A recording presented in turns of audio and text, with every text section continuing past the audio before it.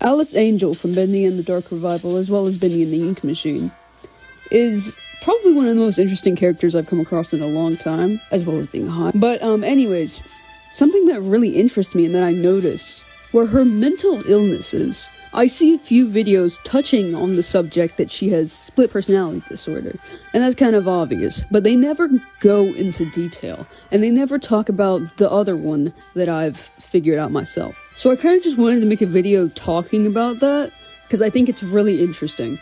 The first one is the one that we already know right off the bat. She definitely has DID, otherwise known as dissociative identity disorder or split personality. Now, this one's really obvious. You can kind of just play the game and tell without, really having to think about it too much. She switches alters all the time. She goes from a childlike but fearful state to a confident and seductive-like state. Now, I did a lot of research on this, and my girlfriend even knows people who have DID, so she taught me a little bit about it too. The way that DID forms is from trauma, and we know that everybody who worked there has immense trauma from Joey. Especially Susie. She has it from Sammy and Joey.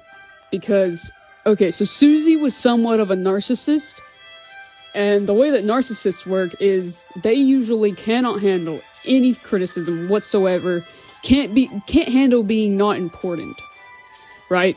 So, after Sammy threw her aside for Allison, that's already heartbreaking and huge ego hit to anyone, but especially a narcissist. And then she goes and gets into a relationship with Joey and thinks that it's going great, and then he tricks her and turns her into a monster. And these two things happened relatively close to each other, in fact, right after each other. So that's a huge hit on any person, especially a narcissist. And what this did was form two split personalities, one of which is a persecutor. What a persecutor is an alter in a system, which isn't very good. It can be scary, it can be toxic, it can be anything. And the way that these alters usually form is that they're usually taking on the form of an abuser, they're trying to fill a hole, or they're trying to feel important and big and powerful, which I definitely think is Alice's case. There was a woman talking about her split personality and her persecutor.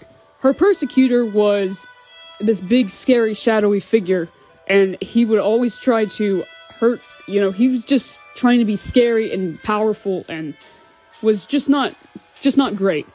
But as they went to therapy, she realized that her persecutor was not evil at all.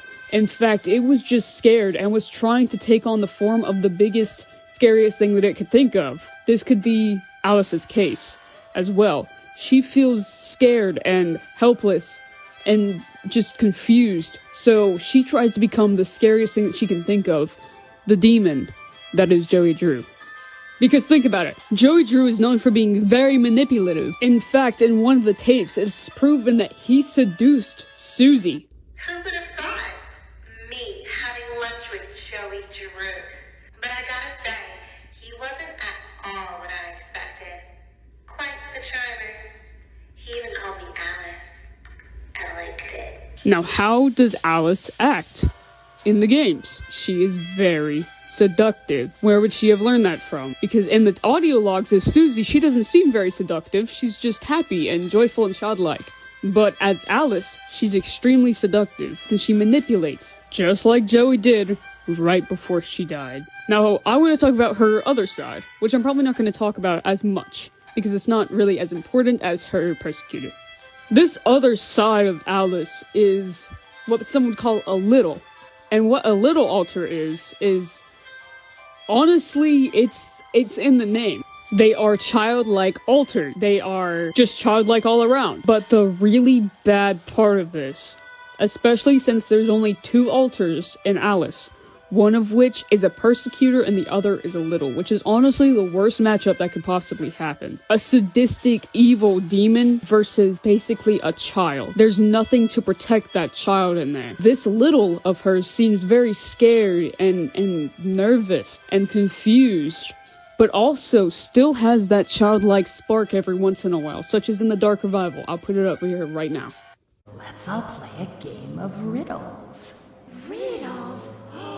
What a wonderful And the reason that I think that Alice has a little is because we know that Susie Campo was very close to her mother. And after she moved out as an adult, she went to Joey Drew Studios. Her sense of safety was not at Joey Drew Studios because she has trauma from there. So her sense of safety was whenever she was a child living with her mother, which is why I think that she has a little alter in the first place. Now, I'm probably going to stop talking about the DID for right now, and I'm going to get into the other one. The DID was very obvious. In fact, it reflects on her outer appearance. She has two faces, one of which is soft and gentle features, while the other is corrupted and twisted. I also believe that Alice may be bipolar as well. The reason that I think this is because she has severe mood swings even whenever she isn't changing alters. Also, her alters are one extreme to the other. Notice that. But she will even be in the same alter and change moods. Just like that. She also talks excessively, which is another symptom. We hear her talking for almost like 3 chapters straight, all the time. Every 10 minutes she pops in and starts talking, or just starts rambling about something crazy. Another thing is psychosis, or a delusion. She really believes that she is Alice Angel. She believes that she is the character. Notice how Allison goes by Allison, Tom goes by Tom, Sammy goes by Sammy, but Susie goes by Alice. That was my video on the disorders of Alice Angel. I really thought that this would be an interesting video to make because, first of all, I don't really see anybody making direct videos on it. And also, I think that Alice is too interesting of a character and is often overlooked with just her being a crazy bitch. Alright, I hope you enjoyed this video. I'll see you next time. Have you ever wondered what heaven is like? I like to dream that it's quite beautiful. A soft valley of green grass, blanketed by a warm sun. I don't think I'll ever get to see it. Are you ready to ascend, my little errand boy? The heavens are waiting.